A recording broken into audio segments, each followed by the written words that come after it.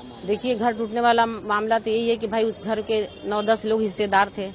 कागज सारा बन करके पीडब्ल्यूडी चला गया और सारे लोगों को मुआवजा भी मिल चुका। तो मकान तो टूटना ही है, अगर मुआवजा मिलने के बाद तो मकान टूटेगा ही। तो फोन कई बार हमारा आया पीडब्ल्यूडी से कि आपने मुआवजा ले चुकी हैं तो अब मकान तो तोड़ना है, लेकिन हम उन लोगों से बोल चुके थे कि जब मकान तोड़ेगा तो बता दीजिएगा, अपना हम सामान वहाँ से निकाल लेंगे। तो बोल कल फोन आया संडे के दिन कि हम लोग आज जाएंगे तोड़ने, आपका सामान का नहीं सर, आप आके अपनी कार्रवाई जो करना है करिए। हमने जो सामान हमारा था हम उसको हटा दिए हैं। तो वो लोग आए, थोड़ा बहुत आगे से बारजा है या जो भी थोड़ा बहुत गिरा करके लोग चले गए, पूरा नहीं गिराए लोग। उसके बाद बोले कि नहीं फिर हम लोग देखेंगे, और लोग दो लोग घर में हैं वो लोग भी निकल जाते हैं तो फिर हम लोग पूरा मकान आप लोग गिराइएगा, नहीं तो हम लोग गिरा देंगे। तो फिर हम यही सोच रहे थे कि भाई 4-5 दिन हो गया, संडे के दिन गिरा हुआ, जो हमारा सामान है थोड़ा बहुत अभी हम चल के निकाल लें।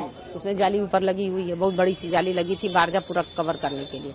तो बहुत लोग बोल रहे थे कि सब आएंगे लोग जेसीबी से पूरा गिरा देंगे, सब बर्बाद हो जाएगा, नुकसान हो जाएगा। ऐसा है कि जो भी है निकलवा करके हम लोगों को दे दीजिए। तो हम वही गए थे कि दरवाजा है, खिड़की का पल्ला है, दरवाजे का पल्ला है, ये जाली लगी हुई है, हाँ ये सब बच जाए, किसी के काम आ जाए, कोई गरीब के, हम सब दे दें उसको। तो कल हम मिस्त्री लगा करके कि जाली निकाल लीजिएगा। भाई जाली सिर्फ उसमें बारजे पर सिर्फ फिक्स है, अटका हुआ है, वो बहुत आराम से निकल जाता। कोई मकान पूरा तोड़ने की जरूरत थोड़ी रहती है, और हम मकान तोड़ेंगे। हम जैसे वो लोग कल गए मिस्त्री, हम उन लोगों को बता के चले गए। हम हमारे जाने के बाद ही उन लोगों को मार पीट के लोग भगा दिए। जो 2 लोग घर में रहते हैं हमारे, वो लोग भगा दिए। तो वो लोग, हमारे पास नंबर नहीं था, वो सब कुछ बताए नहीं। हम फोन किया सुबह कि क्या हुआ, सब टूट गया, कुछ टूट गया। तो बोले कि नहीं जाली हम लोग नहीं निकाल पाए। वो लोग जो घर के थे वो लोग हम लोगों को मारने लगे, धमकाने लगे, भगाने लगे कि तुम लोग भागो यहाँ से, आना मत दोबारा, ये टूटेगा नहीं, ये ऐसे ही रहेगा, हम लोग की सरकार से लड़ाई है।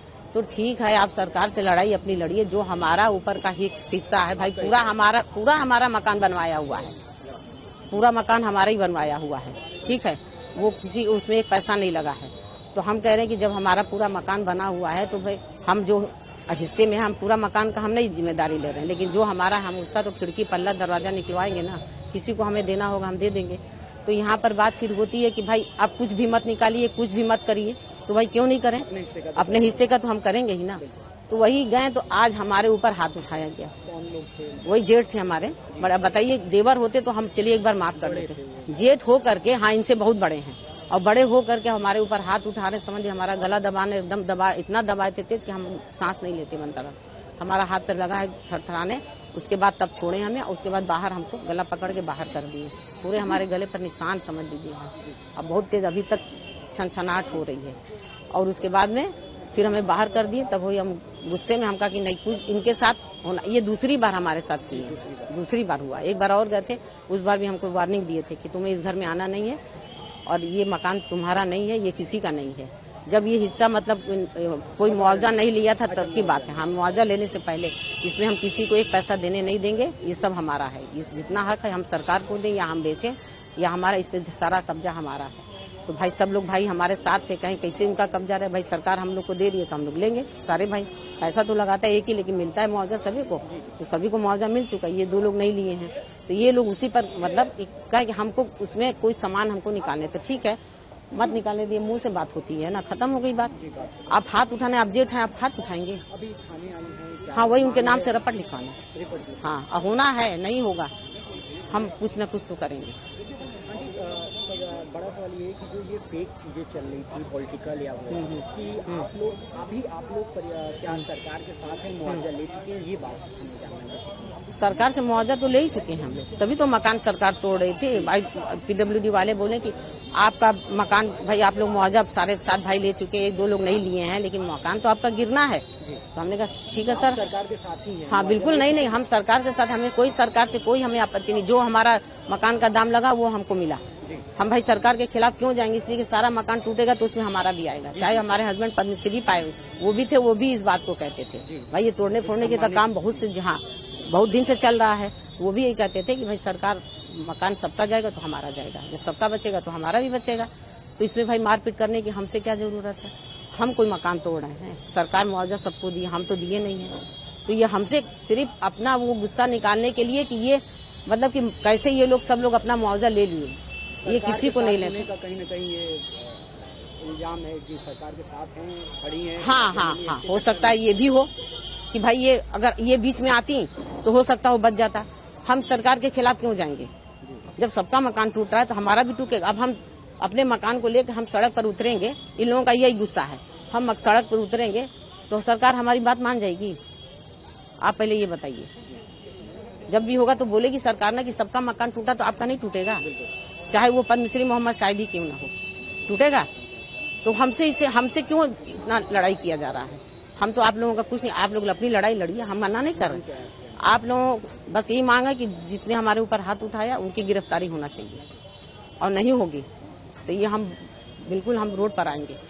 28 तारीख को जो इंक्रोचमेंट ड्राइव चली थी उसमें उन्हीं लोग का मकान तोड़ा गया था जिनको मुआवजा पूर्व में दिया जा चुका था, और जो सहमत थे कि भाई ठीक है पीडब्ल्यूडी जो है अगर 4 लेन का काम कर रही है और पैसा वो पा चुके हैं और किन्हीं कारणों से वो तोड़ नहीं पा रहे हैं तो सहमति उनके द्वारा दे दी गई थी।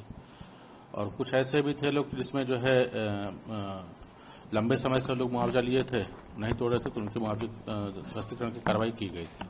मोहम्मद शाहिद साहब, स्वर्गीय मोहम्मद शाहिद साहब के मैटर पे ये कहना है कि उनके परिवार में उनकी पत्नी है और 2 बच्चे हैं, और वर्तमान में ये लोग खजूरी में निवासित हैं, और इनके द्वारा सहमति जो भवन के प्रतिकर लेने के लिए सहमति 2 साल पूर्व ही दे दी गई थी, और 1 माह पूर्व ध्वस्तीकरण के 1 माह पूर्व जो है इनके द्वारा भुगतान पाया गया प्रतिकर का, और इन्होंने सहर्ष कहा था कि भाई सरकार की ये महत्वपूर्ण परियोजना है और इस पर उनको कोई आपत्ति नहीं है, और अनुरोध किया गया था कि जो है आप चौड़ीकरण के दौरान हम मुआवजा पा चुके हैं और चौड़ीकरण के दौरान आप जो है जो भी ध्वस्तीकरण की कार्रवाई मेरे हिस्से में करना चाहें कर दें मैं। और इस संबंध में उन्होंने अपना एफिडेविट भी दिया था बाद में कि जो है जो हम ध्वस्तीकरण करें वो उनका उत्तरी छोर जो बिल्डिंग का है वो उनके हिस्से में आता है, उसका ध्वस्तीकरण कर सकते हैं। वर्तमान में अभी जो है उस बिल्डिंग में 9 हिस्सेदार थे, 9 के सापेक्ष 5 लोगों का जो है हम लोग मुआवजा दिया जा चुका था, बाकी 4 अभी अवशेष हैं। और स्वर्गीय मोहम्मद शाहिद साहब के हिस्सा जो था वहां पे वो उत्तरी छोर पे था, उसको आंशिक रूप से ही ध्वस्तीकरण किया गया, मात्र 10% ही हिस्सा, क्योंकि जो है बाकी 4 जो भुगतान नहीं पाए थे उनकी बिल्डिंग भी उनका भी हिस्सा उसी में था, और अगर हम ज्यादा ध्वस्तीकरण करते तो उनका भी हिस्सा प्रभावित होता है। इस कारण मात्र 10% से 12% ही जो है वहां ध्वस्तीकरण का काम उनके मकान पे किया गया, ताकि जो अवशेष जो लोग मुआवजा नहीं पाए हैं उनका कोई हिस्सा डैमेज न हो। Subscribe to One India and never miss an update. Download the One India app now.